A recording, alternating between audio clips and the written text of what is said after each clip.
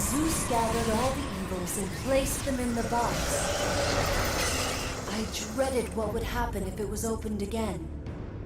And so, I summoned the most powerful weapon in the world, and I placed it in the box.